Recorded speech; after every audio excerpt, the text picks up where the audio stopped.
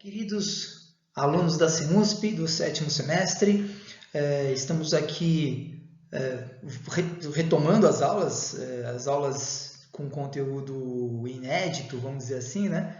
E hoje a gente vai falar sobre inventário. Então, só lembrando vocês que a gente está na semana entre o dia 4 e dia 8, hoje especificamente dia 4. Então, estou gravando essas aulas sobre inventário e procedimentos especiais, né, de jurisdição contenciosa ainda. E vamos dar continuidade. E lembrando que hoje e durante esse mês, né, até o período de provas da A1, eu vou ficar em plantão todas as nossas... Nos períodos em que nós estivéssemos presencialmente na faculdade, eu vou ficar de plantão para tirar dúvidas de vocês. Então, vocês podem acessar depois o link. Eu vou disponibilizar esse link. Eu não sei exatamente como é que eu vou fazer para entrar ao vivo para vocês. Estou pegando orientações dos colegas, mas eu vou ficar ao vivo com vocês para eu poder ficar à disposição de eventuais dúvidas que vocês queiram. Então, assim, diferentemente do que os outros professores estão fazendo, eu vou continuar até com a autorização do próprio professor Ângelo, tá? Não estou fazendo da minha cabeça, não. Então, eu vou continuar com as aulas gravadas e vocês, quaisquer dúvidas que vocês tenham, vocês podem ou me mandar pelo e-mail, que você já tem feito isso, né? Então, as dúvidas que vocês têm sobre as aulas, vocês me mandam por e-mail, eu pego e respondo pelo e-mail que você já tem contato. Ou então, acessando a nossa aula ao vivo, no horário em que a nossa aula estivesse acontecendo presencialmente. Eu vou ficar entre as 19 e 20 horas, todas as nossas aulas até o final do semestre, ao vivo para tirar dúvidas, etc. Não é obrigatório, eu não vou fazer chamada de jeito nenhum para quem acessa ou para quem não acessa, mas é uma disposição, é uma determinação da CEUNSP e a gente acata, tá bom? Então, beleza, vamos lá para o início da nossa aula de Processo Civil 5. Então, só lembrando, né, que nós estamos... que a nossa aula é Direito Processual Civil 5, estamos dentro da matéria sobre procedimentos especiais, mais especificamente falando sobre os procedimentos especiais de jurisdição contenciosa, tá? E hoje a gente vai falar sobre inventário e partilha, né? Procedimento de inventário e de partilha. Muito bem. É um tema absolutamente importante, né? Talvez dos temas referentes aos procedimentos especiais, eu colocaria como um dos 3 mais importantes, né? Eu julgaria as ações possessórias, o inventário e partilha e os embargos de terceiros como as 3 mais frequentes, né? As ações mais frequentes. Claro que todas são importantes, mas essas são as mais frequentemente utilizadas aí pelos advogados e tal. E, bom, e qual que é o que vem a ser esse procedimento, né? Bom, primeira coisa, todas as pessoas morrem, a gente já começa por aí. E muitas dessas pessoas morrem deixando bens, né? A partir do momento em que elas falecem deixando bens, o que acontece? Eu não sei se vocês já tiveram direitos sucessórios, eu creio que pelo que a gente comentou há algum tempo aí, vocês ainda não tiveram direito das sucessões. Mas o que acontece? Acontece em direito das sucessões o que a gente chama de efeito da sesine. Escreve S-A-I-S-I-N-E.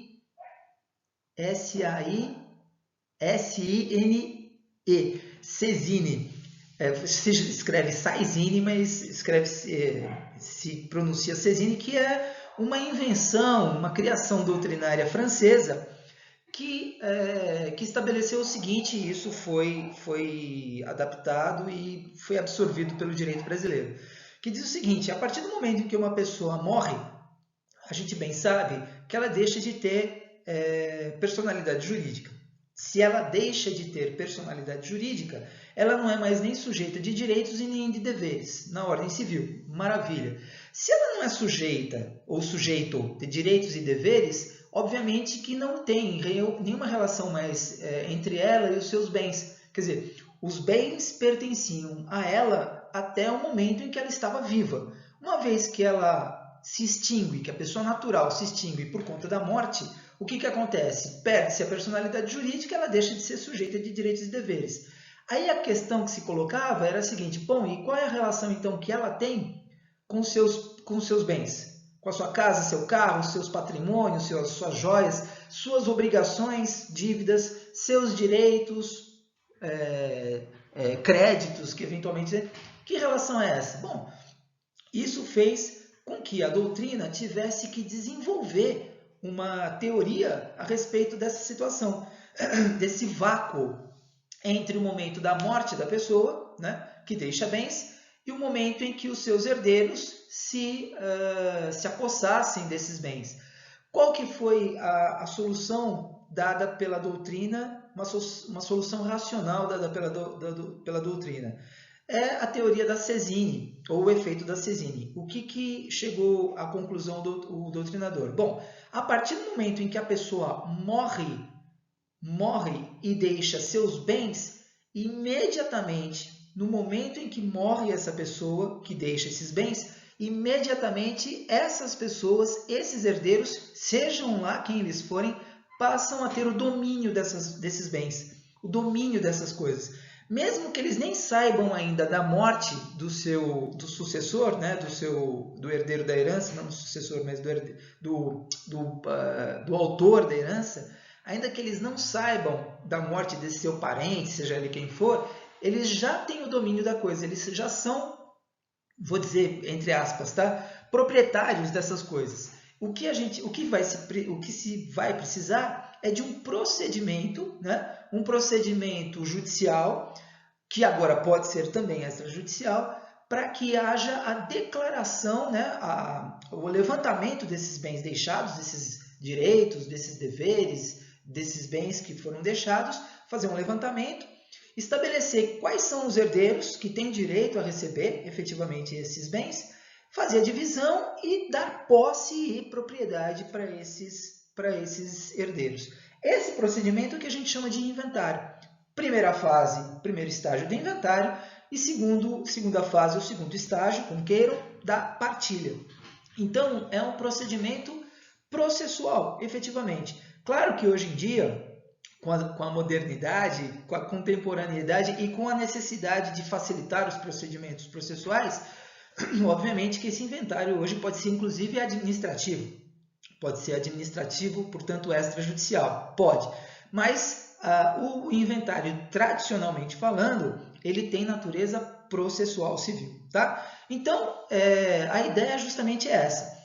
O procedimento especial de jurisdição contenciosa, que tem como objetivo a declaração de bens, a apresentação desses bens, a divisão desses bens e a tomada de posse desses bens deixados pelo falecido por parte dos seus herdeiros, a denominação desse procedimento especial é inventário e partilha, né?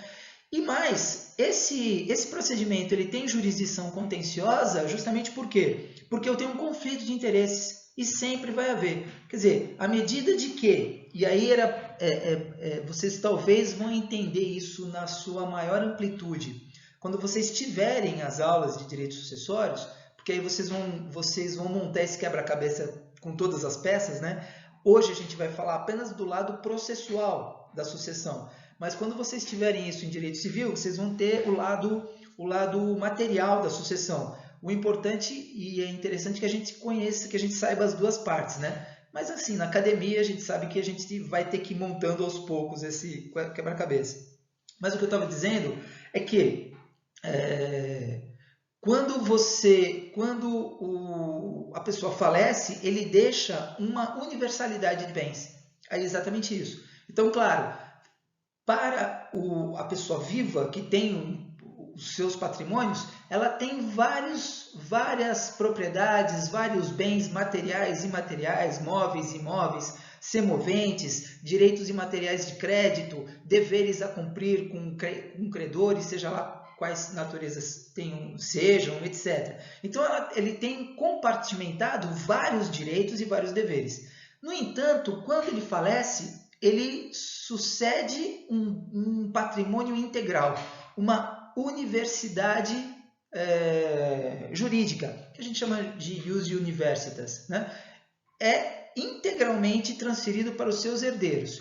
Como essa integralidade patrimonial, essa universalidade de bens, esse bem universal, ele é transferido de forma unitária para os seus herdeiros, é aí que entra a questão do contencioso, né, da tensão entre os herdeiros. Porque, obviamente, que pode ter bens de muito valor, outros bens de pouco valor. Bens de fácil alienação, bens de dificílima alienação, né? Também outra coisa, existe o falecido pode deixar, por exemplo, uma somatória de bens que tenham R$1 milhão, que valham R$1 milhão, por exemplo, mas de repente ele tem uma dívida de 500 mil, de 600 mil, ou, o que é pior, ele pode ter uma dívida que supere o seu patrimônio sucessório. Isso tudo a gente só vai saber por meio do inventário da partilha. Quer dizer, se houver coisas a partilhar, porque pode ser que seja um inventário negativo, né? Então, é necessário essa planificação de todos os bens deixados pelo falecido, né? E são vários assuntos que devem ser tratados, né? Quais são os bens, quais os valores dos bens, quem vai receber, quem não vai receber, tem bem que foi transferido a título de doação para um descendente e isso não é considerado doação porque é nula, na realidade isso seria um adiantamento de legítima, esse bem tem que ser trazido à colação? Veja, 1 milhão de coisas a serem consideradas, eventualmente herdeiros que foram sonegados, herdeiros que foram afastados, que não se sabia que existia e só depois aparece, enfim, 1 milhão de coisas podem acontecer. E aí, claro, o que faz o legislador processual? E não é o brasileiro que faz isso, é o italiano lá, isso aí é uma coisa que vem há muito tempo, né? De muito tempo, com origens até romanas. Quem estudar fundamentos históricos do direito, quem tiver aulas de história do direito, vai saber que o direito sucessório, o direito e o processo, o procedimento de inventário remontam ao direito romano e até antes, né? Então, esse procedimento tem justamente essa ideia, tem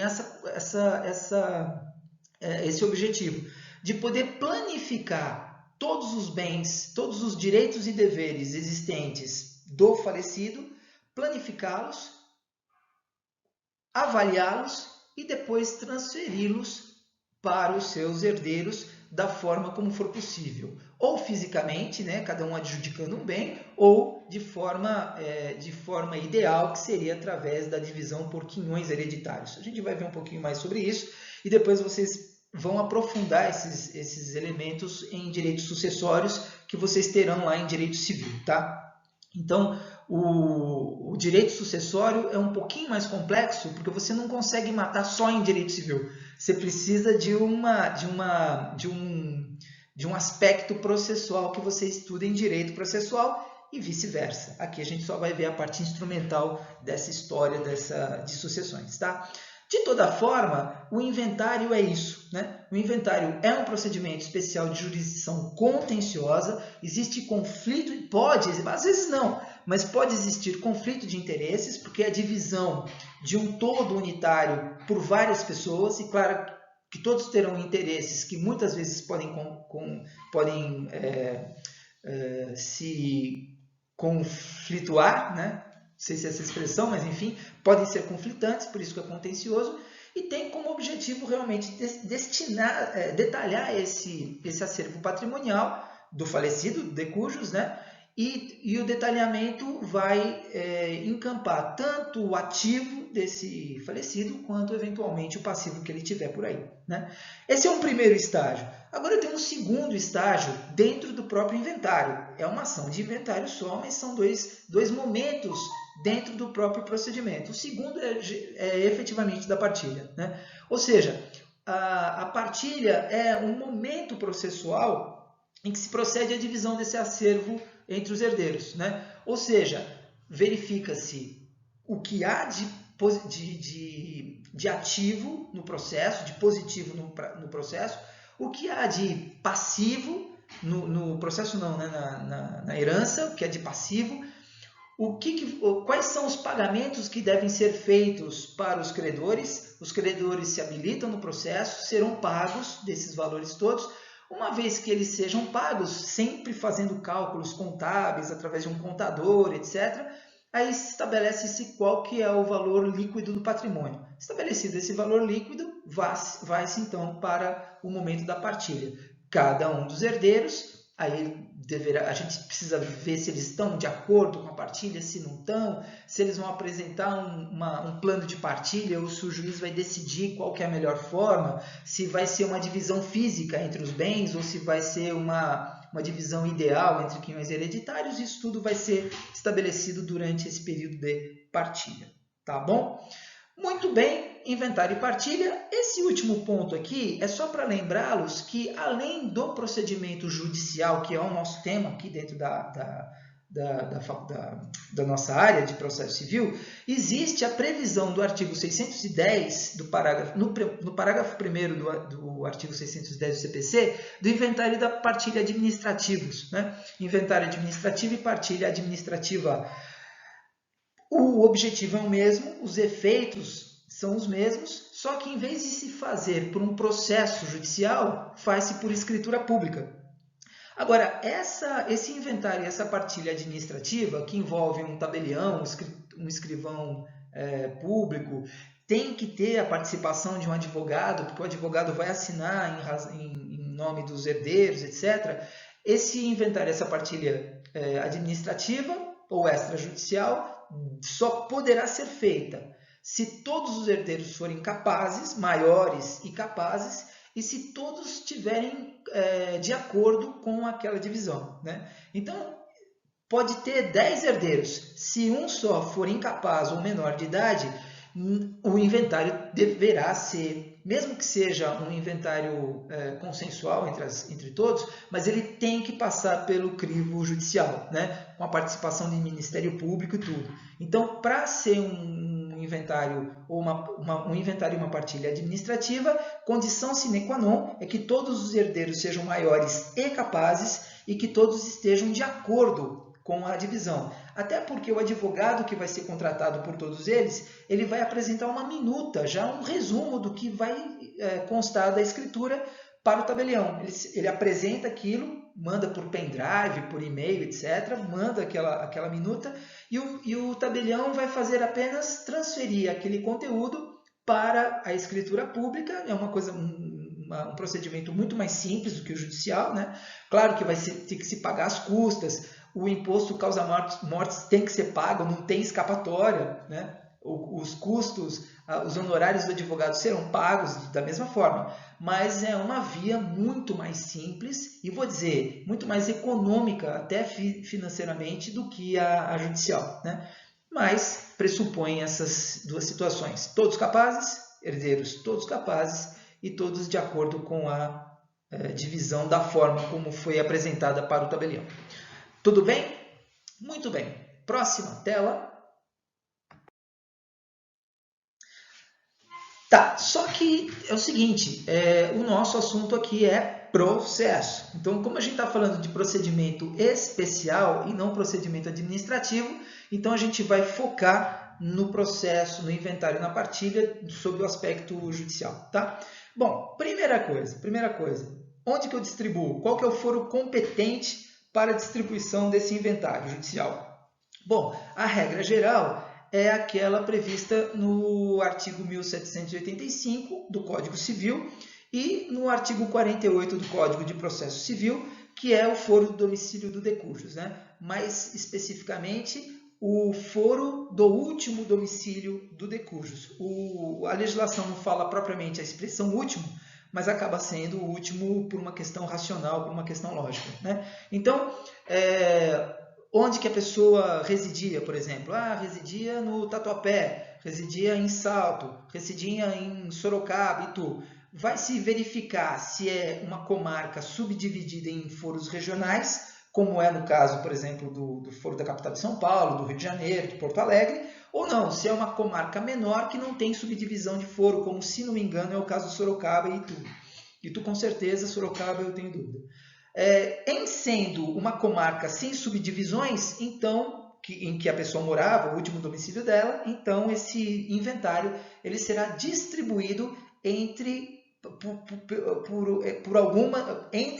uma dentre as várias varacíveis que estiverem lá na comarca de Sorocaba, enfim, né? Às vezes tem uma só, aí não tem distribuição, aí é indicado apenas para aquela única varacível de uma comarca pequena, mas no caso de Sorocaba e de Itu, de Salto, provavelmente haja mais varacíveis, né? Muito bem. Em São Paulo, eu tenho uma outra situação, porque em São Paulo, além da comarca de São Paulo, eu tenho que saber exatamente qual que é o foro regional em que deverá ser distribuído.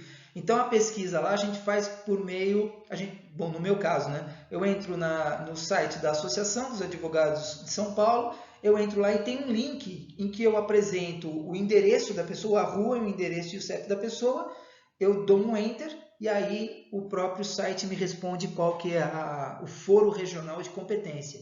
E é curioso em São Paulo que às vezes, se por exemplo a pessoa mora no número 200 de uma determinada avenida e a outra mora no número 100 de uma determinada avenida, na mesma avenida, entre os 100 e os 200, de repente uma pode ser distribuída no foro regional, por exemplo, de Santana e o outro, não sei, de um outro foro regional. É muito comum acontecer entre Penha e Tatuapé, que eu me lembro assim. Então, dependendo de onde a pessoa mora, na Celso Garcia, que é uma grande avenida que liga a Zona Leste ao centro, até um determinado número, o foro será da Penha.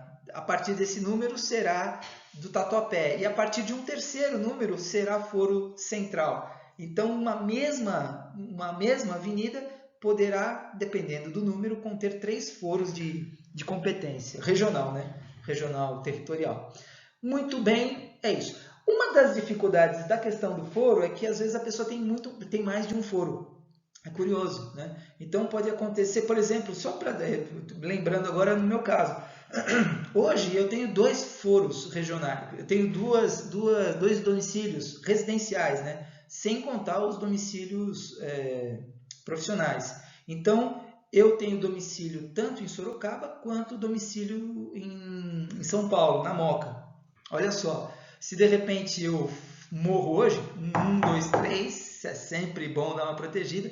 Se eu morro hoje, os meus herdeiros, eles poderão promover, olha que curioso, tanto o meu inventário poderá ser promovido tanto em São Paulo quanto em Sorocaba. Olha que coisa interessante. Como eu estou casado hoje, a minha esposa, provavelmente, e eu moro basicamente em Sorocaba, provavelmente ela vai, se quiser, vai promover o meu inventário em Sorocaba.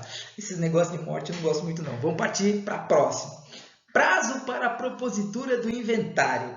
Bom, aqui uma coisa ainda bastante interessante. Bom, a regra geral é a seguinte, aplica-se o prazo previsto no artigo 611 do CPC, tá? 2 meses a contar da abertura da sucessão. A pessoa morre, deixando bens, os seus herdeiros, né, muito provavelmente na pessoa do inventariante, ela terá que promover a abertura desse inventário em 2 meses a partir do momento do falecimento, do dia do falecimento do decujus. Muito bem. Por que eu estou dizendo que tem um certo problema aí? Porque o artigo 1796 do Código Civil, ele prevê o período de 30 dias, tá? Então, até coloquei aí no texto de vocês, problema, artigo 1796 do Código Civil, que prevê o período de 30 dias. Sem querer entrar no mérito, mas por uma questão apenas de período, CPC e o Código Civil, eles são 2 leis ordinárias, né, codificadas, federais, de mesma estatura hierárquica. Ponto. Só que o Código de Processo Civil ele é de 2015 e o Código Civil é de 2002. Ou seja, nesse caso, a doutrina, a jurisprudência, não há dúvida quanto a isso, a hermenêutica jurídica interpretou de que houve uma revogação tácita do artigo 1796 do Código Civil, né? Então, como existe uma lei de mesma hierarquia posterior, que trata do mesmo assunto, só que com um aspecto diferente, um aspecto temporal diferente. Então, o que acontece? Fica valendo a lei mais nova, artigo 611 do CPC, que derrogou tacitamente o artigo da lei mais antiga, que é o artigo 1796. Hoje, portanto, hoje, fica valendo os 2 meses a contar da abertura de sucessão, prazo para a propositura do inventário. Tá bom? Se não obedecer, não observar esse prazo, vai pagar uma multa que vai vir depois na planificação das custas processuais que o juiz vai determinar, né? Então, pagamento de multa em relação a isso. Tá? Muito bem. Quem que se envolve num processo? Quais são as partes que se envolvem no processo? Então, não tenha dúvida, sempre juiz, obviamente, né?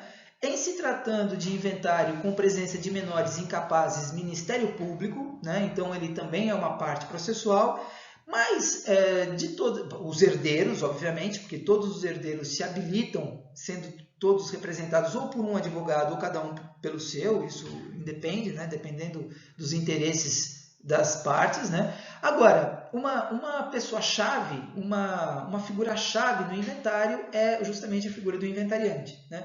Por quê? Porque é o que a gente chama, né, a pessoa que desenvolve o que a gente chama de inventariança, né? O inventariante é um representante dos herdeiros, né? É uma pessoa que cumpre o que a gente chama de munus público, né? É uma atividade de interesse público. Por quê? Porque ele é o intermediário entre os herdeiros e o juiz, entre os herdeiros daquele falecido e o representante do Estado, do Poder Judicial, que é o Poder Judiciário, que é o juiz. Então, ele tem como principal função o quê? A função de auxiliar da justiça. Ele é um auxiliar pontual daquele inventário da justiça, né? Então, ele primeiramente tem a posse direta dos bens, ele passa a administrar esses bens de forma direta, os bens de espólio, obviamente, né? Esses bens pertencentes ao falecido, que agora pertencem aos herdeiros, mas que ainda não foram partilhados, né? Então, ele tem o direito, o dever de administrá-los, de inventariar, obviamente, né? De fazer a relação desses bens, né? E de depois partilhar esses bens com seus herdeiros. Resumidamente, é isso que o inventariante tem o dever de fazer, né? Bom, quando se fala de inventariante, o artigo 617 ele vem nos ajudar para estabelecer qual é a ordem de nomeação do inventariante. Então, veja, o inventariante não é obrigatoriamente um herdeiro, ele não é obrigatoriamente um cônjuge, ele pode ser um terceiro estranho à relação parental do falecido, né? Mas uma coisa que não pode deixar de ser observada é o artigo 617 e a ordem de nomeação, né? Então, não vou falar todos, mas só para vocês terem uma ideia, o artigo 617 vai dizer o seguinte: o juiz nomeará inventariante na seguinte ordem, ou seja, não é que o juiz escolhe lá o que melhor lhe aprouver, não, o próprio juiz ele tem que verificar qual é a ordem. Primeiro, o cônjuge ou companheiro sobrevivente, desde que estivesse convivendo com o outro ao tempo da morte deste. Ou seja, o primeiro a ser chamado para ser inventariante é o cônjuge ou o companheiro do falecido, desde que ele ainda estivesse na relação na relação marital, conjugal ou de união estável com essa pessoa. Na falta dessa pessoa, vai ser chamado o herdeiro que se achar na posse e na administração do espólio, se não houver cônjuge ou companheiro sobrevivente, ou se estes não puderem ser nomeados, e às vezes não podem ser nomeados porque eles são incapazes, às vezes eles têm algum problema de saúde importante que não possa fazer com que eles sejam inventariantes e tal. Então, o segundo a ser chamado é o herdeiro que esteja na posse e administração do espólio. Geralmente, essa pessoa é aquele filho ou filha solteira que quando o pai falece ou a mãe falece, ainda está morando com eles, né? Ela tem que ser maior de idade, capaz, mas será chamada para ser inventariante só pelo fato de estar morando com eles, e como falecendo o pai ou a mãe, ela passa a ter um contato físico direto com aqueles bens, então ela vai ser a segunda a ser chamada naquela ordem estabelecida pelo artigo 617. Na falta dessa pessoa na posse, né, desse herdeiro na posse da administração de espólio, qualquer herdeiro, quando nenhum deles estiver na posse na administração, né? E aí vem uma sequência de situações que são previstas aí no artigo 617, culminando com pessoa estranha idônea quando não houver inventariante judicial. Ou seja, qualquer pessoa estranha à relação, né, estranha aos interesses processuais, o juiz eventualmente pode nomear. Claro que é muito difícil chegar no inciso 8º no inciso 8 do artigo 617. É muito difícil chegar até lá. Mas o próprio artigo abre o leque de possibilidades, o que não há dúvida de que tem que ter um inventariante. Isso não tenha dúvida, tá? Muito bem. O artigo 618 vai trazer uma lista bastante extensa sobre os encargos do inventariante. Então a gente sabe muito, não precisa ler exatamente para a gente saber. O inventariante tem que atender a todas as determinações do juiz, tem que apresentar as primeiras e últimas declarações, tem que fazer o levantamento de todos os herdeiros, tem que fazer o levantamento e declarar todos os herdeiros nas primeiras declarações, tem que apresentar todos os bens móveis, imóveis, as dívidas, relacionando detalhadamente todos eles na petição inicial, né? Na realidade é uma dupla não é um serviço de duas mãos, né? Na realidade há 4 mãos, vamos dizer assim, né? Porque são as 2 mãos do advogado e as 2 mãos do inventariante. O inventariante ele não é parte no processo, né? Necessariamente ele pode eventualmente ser herdeiro, como algum herdeiro, como a gente viu, mas ele não é necessariamente parte. Até porque não existe autor e réu nesse processo, tá? Vamos lembrar disso. É um procedimento especial, por quê? Porque ele tem características especiais que fogem daquele procedimento ordinário que a gente estuda no início das aulas de processo, né? Sujeito ativo, autor, sujeito passivo, réu, litisconsórcio ativo, litisconsórcio... Não, foge disso. O que eu tenho são interessados e o inventariante, que é um administrador de uma ação que o único autor que existe é o falecido, o autor da herança, não é o autor do processo. É o autor da herança, por quê? Porque foi ele quem criou aquele espólio, aquela herança, que agora vai ser passado pelos seus herdeiros. Então é um procedimento muito diferente do padronizado ordinário que a gente conhecia, né? Que a gente conheceu.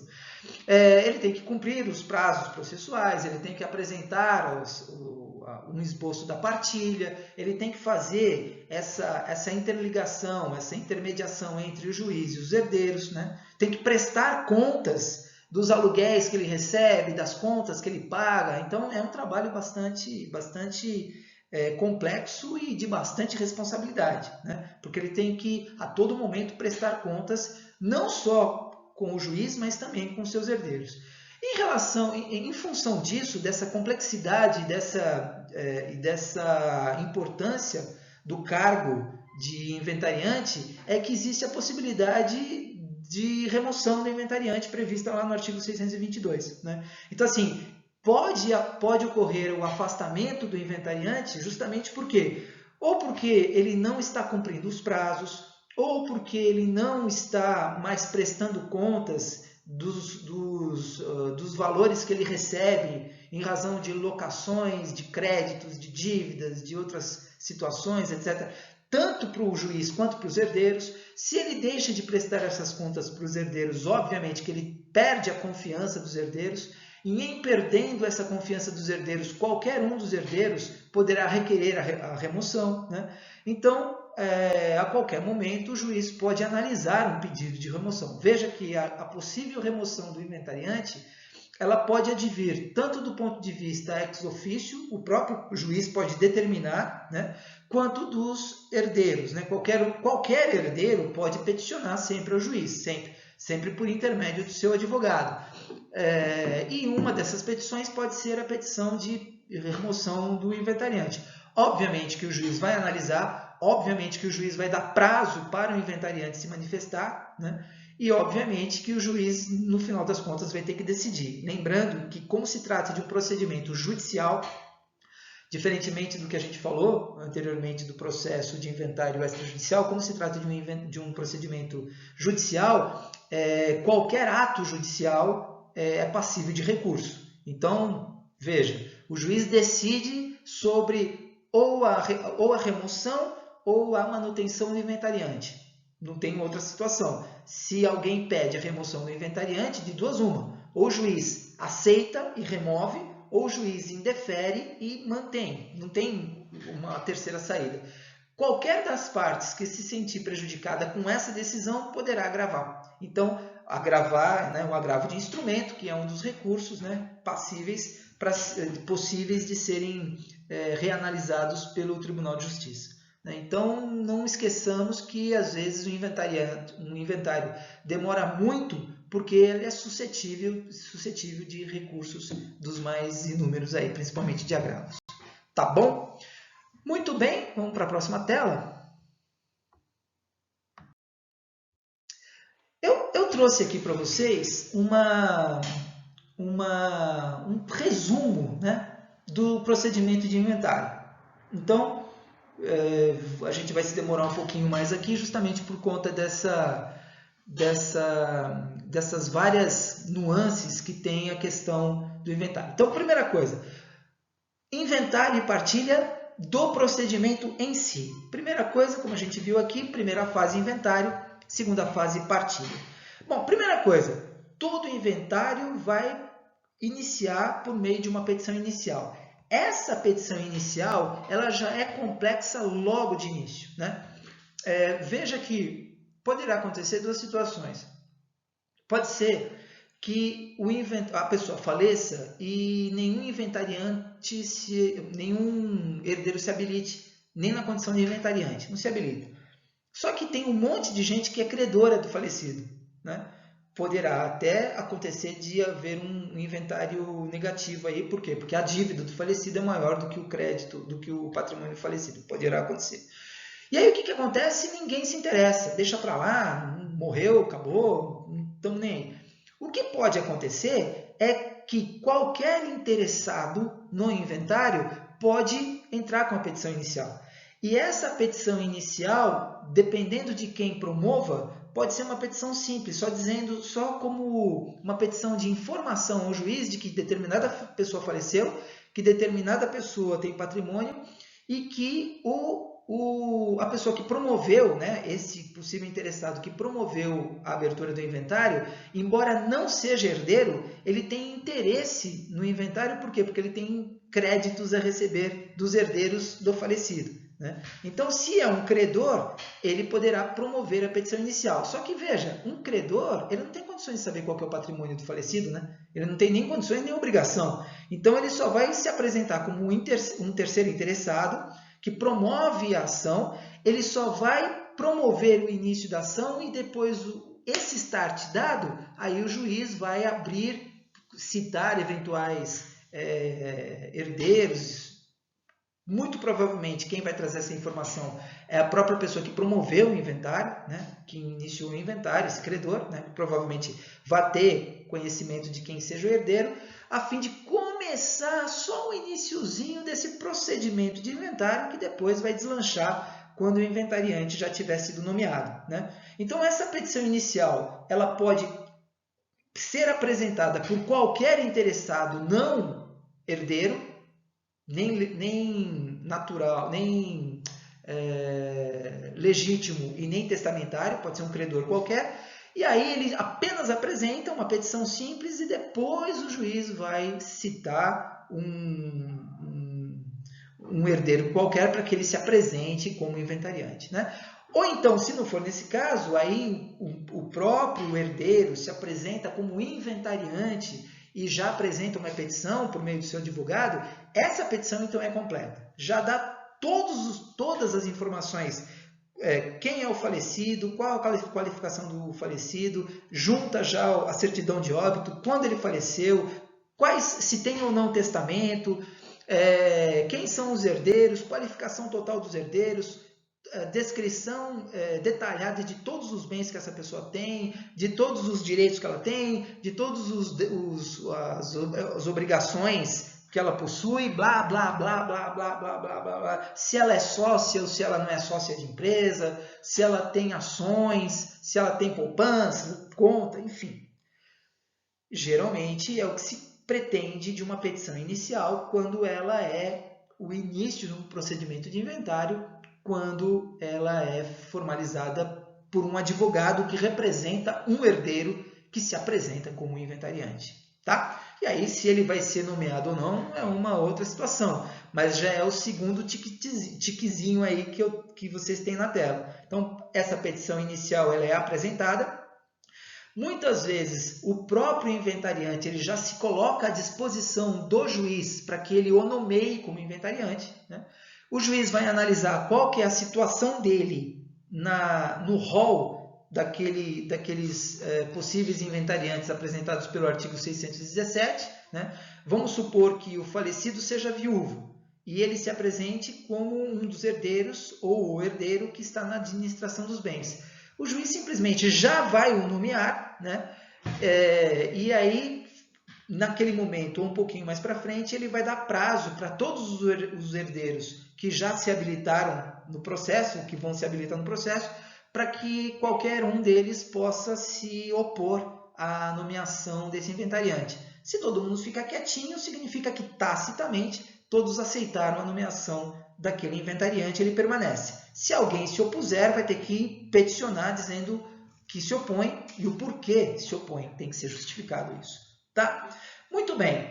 Primeira coisa, então, petição inicial. Logo em seguida, a nomeação do inventariante. Uma vez nomeado o inventariante, primeiras declarações. Como eu disse, essas primeiras declarações é um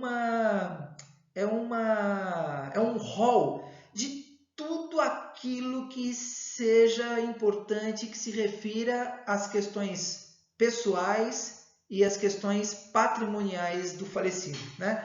Quem é o falecido? Quem é o cônjuge do falecido? Se não tiver cônjuge, quem são os herdeiros do falecido? Quais são os bens detalhadamente que tem? Geralmente, essas primeiras declarações elas são apresentadas logo na petição inicial. Né? Então, o advogado mais experiente, ele pega e até por uma questão de atendimento ao princípio da celeridade processual, ele já apresenta essas primeiras declarações logo na petição inicial. Ele não espera, principalmente quando ele é advogado do inventariante. Né? Então, já apresenta as primeiras declarações. Nessas primeiras declarações, dentre essas primeiras declarações, devem ser citados os nomes com todas as qualificações possíveis de serem apresentadas nesse momento, não só dos herdeiros, mas também de todos os credores e devedores. Tá? Então, assim, herdeiros, credores e devedores deverão ser apresentados junto com os bens logo nas primeiras declarações, né? Para que já sejam apresentados um mapa de todos os bens, direitos e deveres que pertenciam ao falecido e que agora já pertencem aos herdeiros e que serão partilhados futuramente. Né? Então, nesse momento, essas pessoas serão apresentadas qualificadamente para o juiz e, a partir desse momento, ele passa a citar todos os interessados. Né? Com a citação de todos os herdeiros que ainda não se habilitaram no processo, porque os herdeiros, eventualmente, todos poderão ser representados por um advogado só. Nada impede que isso aconteça. Né? Aí vocês vão dizer, mas por quê? Mas espera aí, se é um processo judicial, um procedimento especial judicial e é contencioso, como é que todos os herdeiros serão representados por um advogado só? Pois é, em princípio dá essa impressão, mas não é necessariamente, porque, como eu disse, pode ser que todos os herdeiros estejam concordes, todos os herdeiros quisessem muito que fosse administrativo, que fosse uma coisa bem simples, mas eles só não puderam fazer porque tem um que é menor de idade. Então, assim, tenho 20 herdeiros, deixaram-se 20 herdeiros lá, e tem somente um que tem 16 anos. Então, infelizmente, tem que ser pela via judicial. E aí, nesse caso, em que pese seja pela via judicial, pela presença desse menor de idade, que é incapaz e que impede que seja extrajudicial, todos poderão ser representados por um advogado só. Não há nenhum problema quanto a isso. Nenhum problema quanto a isso de representação por um advogado só. Em que pese seja um procedimento contencioso, mas ele é contencioso apenas formalmente, justamente pela presença desse menor, tá? De toda forma, há um primeiro momento de se citar todas as pessoas que não se habilitaram no processo de forma voluntária, né? Geralmente, essas pessoas que são citadas são devedores, credores, enfim, deverão ser citados. E todos esses interessados, herdeiros, credores, devedores, eles terão 15 dias para se manifestar, apresentando eventuais impugnações de quaisquer naturezas, né? Impugnação quanto ao valor da dívida, seja ela creditícia, seja ela de débito, quanto ao valor do patrimônio, quanto à não apresentação, não planificação de um dos patrimônios que de repente essa pessoa sabe que existe e não se colocou, ou porque não se sabia, ou porque de propósito esse bem foi sonegado para não constar da partilha, o que é muito comum em inventários negativos, né, cujo débito seja maior do que o crédito. Não é muito comum, mas é comum que aconteça, a fim de fraudar credores. Essas coisas acontecem, a gente sabe muito bem como são, né? Então, é o momento de citação dos interessados e todos eles poderão impugnar. E aí, cada petição que apresente uma impugnação em relação a quaisquer circunstâncias do inventário vai ser analisado pelo juiz e vai ser dado prazo para o inventariante se manifestar. Veja que aí não é uma manifestação geral para todos, não. É o inventariante que é obrigado a se manifestar. No entanto, nada impede que qualquer um dos herdeiros interessados também se manifeste. Veja que é um procedimento que não é bilateral, ele é plurilateral. Por quê? Porque pode vir petições de vários lados, de vários interessados, né? Sejam ou não sejam herdeiros, ok? Um outro momento é o da avaliação do acervo, né? Veja que a avaliação do acervo ele guarda bastante similaridade com a avaliação do acervo de falência, né? De ações como que se fala? De devedores insolventes, né? De pessoas, ação de insolvência civil ou de falência e tal. Então, veja, apresenta-se laudos contábeis em relação aos valores, né? Dessa avaliação do acervo. No entanto, a avaliação do acervo ela pode ser apresentada de várias formas. Então, assim, pode ser pela tabela FIP, pode ser pelo valores, como que é, não? Aquele site de venda de imóveis. Bom, enfim, site imobiliário, para se estabelecer qual que é o valor do metro quadrado daquele imóvel naquela região e tal. É uma forma de você planificar, né? Quando se tratar de bens que não é possível se estabelecer porque não tem uma tabela ou oficial ou oficiosa, né, extraoficial, que seja mais facilmente mensurável, então é necessário mesmo a apresentação de um perito para se avaliar determinado bem. Então, que nem aqui atrás eu tenho dois quadros, né? Esse aqui, cadê? Oh meu Deus, como é que faz para falar? Esse aqui foi a minha sogra que pintou e esse outro aqui do violão foi a minha mulher que pintou. Para mim tem um valor absolutamente enorme. Eu não vendo esses quadros por menos de R$1 milhão. Mas pode ser que para um perito valha muito menos, né? Mas de repente poderia ter sido um pintado pelo Picasso e o outro pintado pelo Salvador Dalí. Aí talvez valesse a pena se estabelecer um perito para verificar qual é o valor desses quadros, né? Então, dependendo do tipo de bem, é necessário a apresentação de laudo mesmo de um perito para se estabelecer essa avaliação. Não importa o que aconteça, terminado o prazo de avaliação do acervo, todos os interessados terão 15 dias para se manifestar sobre essas avaliações. Quem não se manifestar significa que tacitamente aceitou. Quem se manifestar, provavelmente é porque não aceitou alguma coisa, tem que dizer o que não aceita e o porquê que não aceita, tem que ser justificado, inclusive, com documentos. Tá bom? Muito bem. O artigo 639 até o 641 do CPC vai falar sobre os bens sonegados e colações, né? Então, o que são os sonegados? são aqueles bens que pertencem ao patrimônio do falecido, mas que não foram planificados nas primeiras declarações pelo inventariante, que pode ter agido negligentemente ou dolosamente. Aí precisa verificar.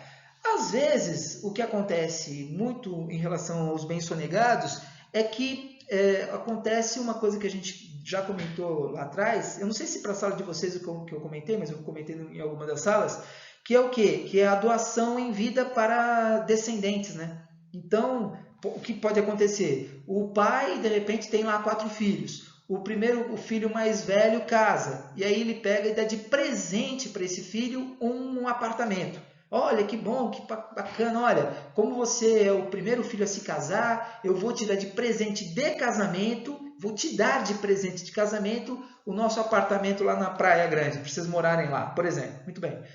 Os outros 3 filhos, eles podem achar, que bonitinho, que legal, o papai é bonzinho, vai fazer a mesma coisa com a gente, porque são crianças, ou porque são adultos, mas são muito ingênuos e leigos, etc. O que eu sei é que a lei protege essas pessoas, falando o seguinte, que é vedada a doação de ascendente para descendente. Ponto. Isso será considerado como adiantamento de legítima, o que significa que a posse desse bem foi direcionada de forma antecipada para esse herdeiro. Quando o autor da herança, quando o doador falece, ele tem que trazer a colação. Se ele não trouxer esse bem à colação para depois ser dividido equanimamente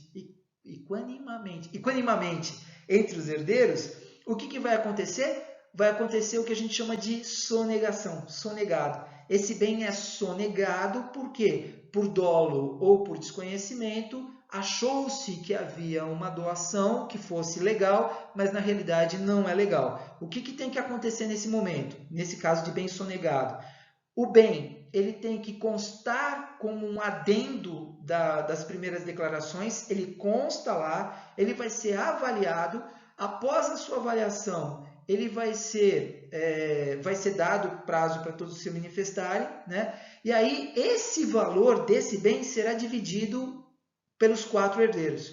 A única vantagem que terá esse herdeiro que ficou na posse desse bem durante esse tempo é um direito de preferência de lá permanecer se ele pagar os quinhões hereditários para os seus outros co-herdeiros, irmãos, por exemplo, nesse caso, de forma a fazer com que eles não saiam no prejuízo. Então, não é possível haver prejuízo no pagamento dos quinhões hereditários por uma doação que foi feita lá atrás, às vezes até de boa fé, mas de forma ilegal, porque ela é vedada. Né? Não é possível isso. Tá? Só para complementar, a única possibilidade de haver uma doação dessa em vida, de ascendente para descendente, do pai para o filho, por exemplo, no exemplo que eu dei, seria se todos os outros herdeiros fossem maiores de idade e todos expressamente por escrito concordassem com essa doação, porque aí teria efeito de renúncia. Nesse caso, a doação seria válida. Fora disso, eventualmente os herdeiros podem ser maiores e até concordarem, eles podem até concordarem, mas se essa concordância for apenas verbal, já não tem validade. Ela só vale se for por escrito, expressa por escrito e feito por herdeiros totalmente capazes e maiores. Tá bom? Muito bem. Deixa eu só ver aqui o horário aqui. Temos bastante tempo. Muito bem. Só que é o seguinte, o patrimônio, o acervo hereditário do falecido não é composto apenas de bens e de créditos. É feito de dívidas também. Né? Então, essas dívidas deverão ser pagas. Acontece que os herdeiros, eles se responsabilizam pelo pagamento das dívidas do morto até o limite da herança, né? Até o limite do acervo patrimonial deixado pelo falecido. Então, o que acontece é que os herdeiros poderão não receber nada. Caramba, eu achava que eu fosse receber, sei lá, uns 100 mil reais, os 200 mil reais, porque o pai deixou um patrimônio enorme aqui. Só que ele não sabia que, na realidade, o pai dele tinha deixado uma dívida bem maior do que o valor patrimonial. No frigir dos ovos, no final das contas, na hora da partilha, o que vai ficar estabelecido?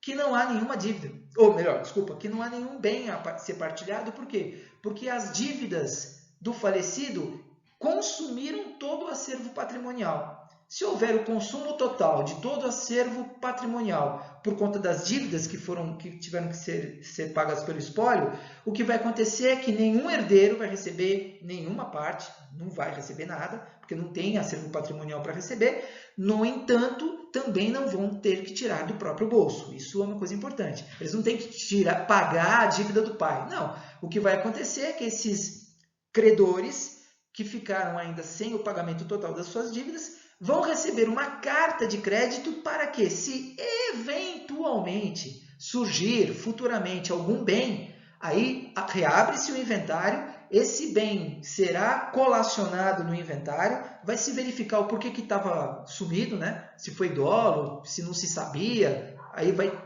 ter que ser apurada a responsabilidade do inventariante, principalmente, né? Mas é esse bem que foi sonegado e que agora vai ser trazido à colação, né, para se estabelecer qual que é o valor e a divisão. Ele vai amortizar um pouco mais a dívida, os créditos desses credores, né? Mas nada sairá do bolso dos herdeiros. Quanto a isso, eles não precisam se preocupar, em que pese eles vão ter o dissabor de não receber nada do inventário do seu falecido pai, tá? Se for o caso. Muito bem, pagamento das dívidas do morto, muito bem. Uma vez pagas, estabelecido as primeiras declarações, resolvido todas as questões incidentais do processo, quem é herdeiro, quem não é, se tem herdeiro sonegado, se não tem, se tem bens que devem ser trazidos à colação, se não, quais são os valores reais de todos os bens, pagamento de todos os credores, etc. Terminado isso, vão ser apresentadas pelo inventariante as últimas declarações.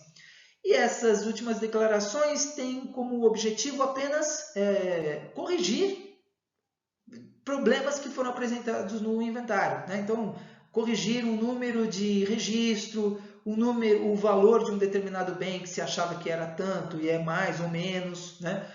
Fazer emendas quanto à qualificação de herdeiros, que o nome está errado. Então, as últimas declarações servem ou para confirmar as primeiras declarações, porque está tudo certo, ou para fazer pequenos ajustes ou grandes ajustes, grandes correções daquelas primeiras declarações, para evitar o máximo possível de que essas declarações sejam registradas, principalmente no registro imobiliário, com incorreções, porque aí o trabalho para corrigir é muito maior, né? Você tem que reabrir o inventário, apresentar onde está o problema, o juiz tem que se manifestar sobre aquela correção, citar todos os herdeiros de novo para se manifestar, dá um trabalhão. Então, essas últimas declarações servem para dar mais certeza de que aquilo que vai para o formal de partilha não tem erro, né? Está tudo correto.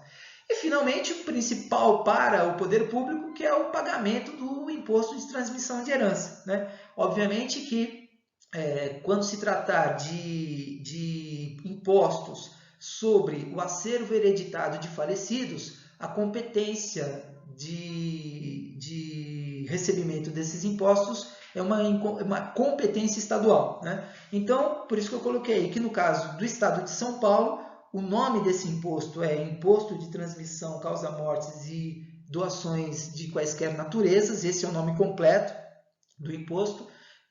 O apelido dele é ITCMD e ele corresponde ao pagamento para o Estado de 4% sobre o valor do patrimônio líquido do acervo hereditário, né? Então, qual que é o valor líquido do acervo hereditário? R$100.000, tá? Paga-se 4%, né? 4% disso. É isso. Agora, tudo isso corresponde... Desculpa.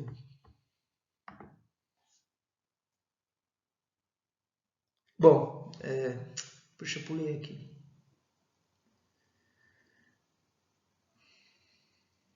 Eu acabei passando, né? Mas assim, deixa eu ver se eu consigo voltar aqui. Eu acho que eu não consigo voltar. Bom, tudo bem. Agora, continuando, eu tenho medo de voltar para a tela anterior e perder a gravação que eu fiz até agora. Então eu vou só terminar o que eu estava falando. Passado a primeira fase do inventário, eu tenho uma segunda fase, que é ainda dentro do inventário, que é a partilha, né? Nessa partilha, o que vai acontecer? Na realidade, os interessados poderão apresentar petições, né? Apresentando qual que são as suas sugestões em relação à partilha desses bens, né? Claro que isso vai ser analisado pelo juiz, vai ser dada um momento de manifestação para todos os herdeiros, né? Mas no frigir dos ovos, no final do assunto, o que o juiz vai fazer? Ele vai trazer o processo à conclusão para estabelecer qual que vai ser o formal de partilha. A forma de partilha, não formal ainda, a forma de partilha. E aí o que o juiz faz? Ele vai verificar se a melhor forma, se há a possibilidade de adjudicação individual dos bens para facilitar a vida até dos herdeiros, né? E aí o que seria isso? Então vamos supor que haja 4 herdeiros e haja 4 apartamentos, né? O acervo patrimonial do falecido se resume em 4 apartamentos, né? E aí cada um vai receber um apartamento.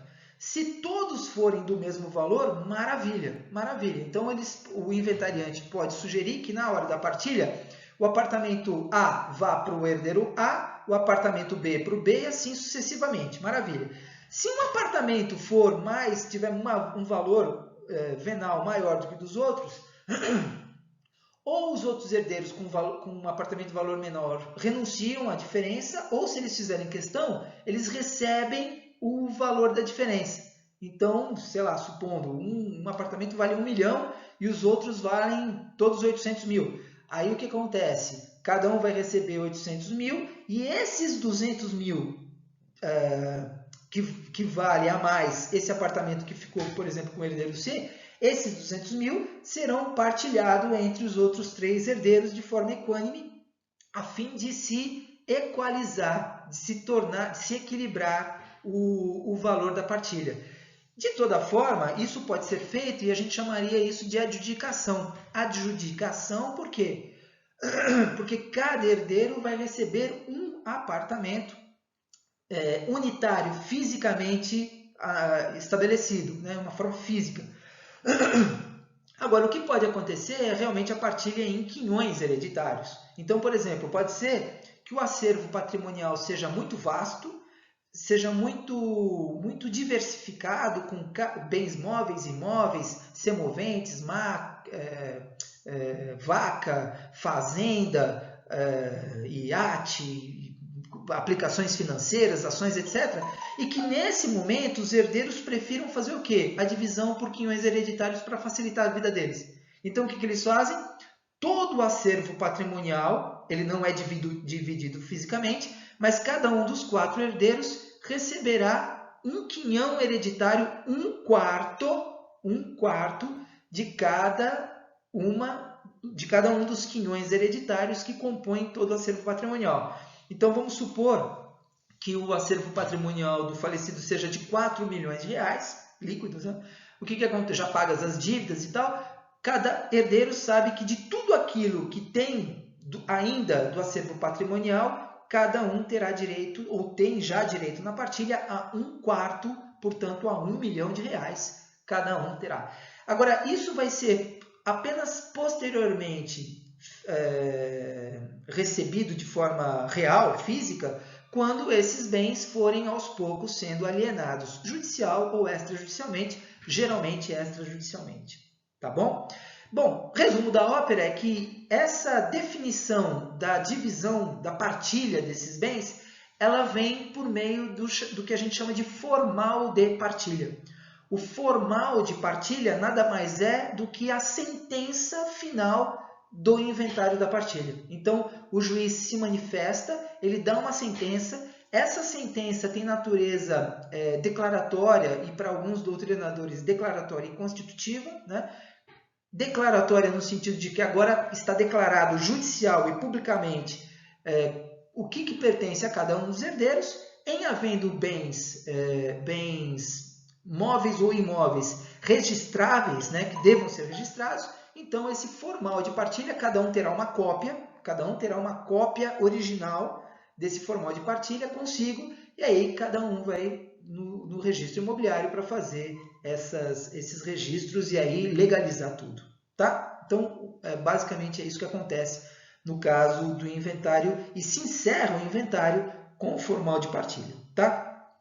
Muito bem, agora aqui eu só fiz essa indicação aqui final para falar sobre o arrolamento e a adjudicação de bens, né? Se vocês se lembrarem, quando nós falamos das tutelas provisórias, nós falamos lá atrás sobre o arrolamento de bens, né? Uma das formas de cautelar, lembram-se da tutela cautelar? Então pode ser o arresto, sequestro, busca e apreensão, arrolamento de bens. Se vocês se lembrarem, lá atrás, quando a gente falou de tutela provisória, nós falamos que o arrolamento de bens lá atrás é uma forma de planilhar quais são os bens do devedor, né, a fim de se garantir o pagamento do credor em eventual ação de execução que vai ser promovida a posteriori. Maravilha. Aqui a gente também está falando de arrolamento de bens. Ação de arrolamento de bens. No entanto, essa ação ela tem caráter não executório e nem cautelar, né? Nem cautelar, mas tem natureza sucessória. Porque o procedimento de arrolamento de bens é um procedimento simplificado, né, de natureza processual sucessória, que é aplicado no caso de partilha amigável entre herdeiros capazes. Então é isso.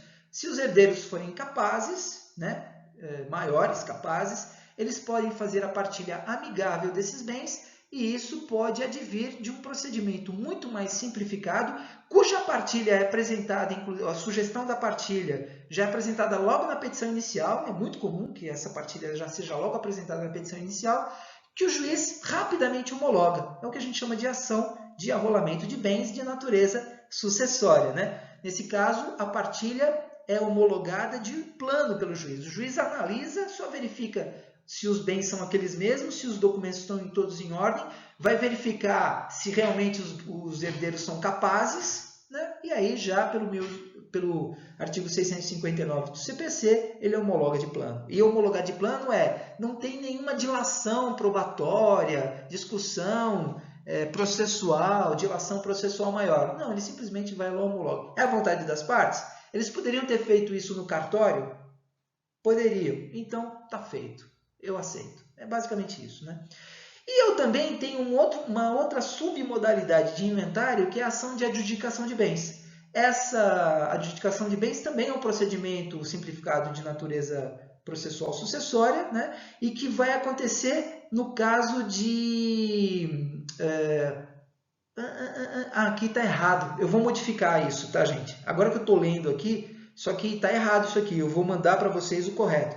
A adjudicação de bens ocorre quando não há partilha. Existe a adjudicação de bens, tá? Está errado aqui, já estou avisando. Então, no caso de arrolamento, tem a partilha de bens, mas os herdeiros estão concordes. No caso de adjudicação de bens, não. Existe apenas um herdeiro, né? Então, como existe apenas um herdeiro daquele falecido, ele toma para si, ele recebe todo o acervo patrimonial. E aí, obviamente, que eu não vou chamar de partilha. Eu vou chamar de adjudicação de bens, tá? Nesse caso, também a adjudicação de bens é homologada de plano pelo juiz, mas nesse caso nós não temos a partilha, não. A gente tem a adjudicação de bens que todos os bens vão para uma pessoa só. Beleza, eu já faço a correção disso aqui. Provavelmente vocês até recebam isso já corrigidos. Tudo bem, gente? Muito bem. Olha, então assim, eu recebi uma determinação da CEUNSP para que eu fique de plantão, pelo menos por 1 hora, no horário das nossas... no horário que nós teríamos as aulas presenciais, tá? Como eu estou um pouquinho atrasado na postagem desses novos vídeos, eu acabei meio que me atrapalhando com um monte de trabalho que eu corrigi de vocês mesmo e da outra faculdade. Pode ser que eu não consiga entrar ao vivo hoje, pode ser que eu não consiga entrar ao vivo hoje com vocês, mas com certeza a partir da semana que vem eu entro de plantão ao vivo e eu tive autorização do professor Ângelo de manter as aulas gravadas, porque parece que o pessoal está gostando, eles estão aceitando bem, né? Vocês, de modo geral, estão gostando das aulas gravadas. E como vocês têm mandado perguntas para mim com bastante frequência, então parece que a gente está se conversando bem nesse sistema.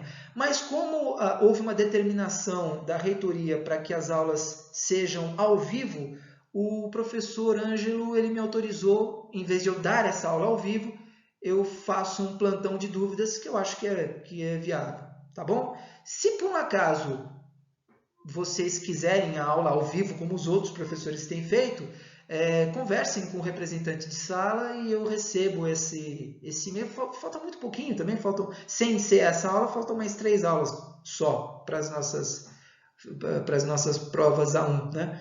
Então, mas de toda forma, se vocês quiserem a aula ao vivo, eu entro sem nenhum problema, tá? Tá bom, gente? Então, beleza, pode ser, infelizmente, que hoje eu não consiga fazer esse plantão pelo adiantar da hora, mas a partir da semana que vem, com certeza. Pessoal, vou corrigir isso aqui e eu já mando para vocês o PDF também atualizado com essa matéria nova. Tá bom? Pessoal do 7º, beijão. A gente se vê. Até mais tarde.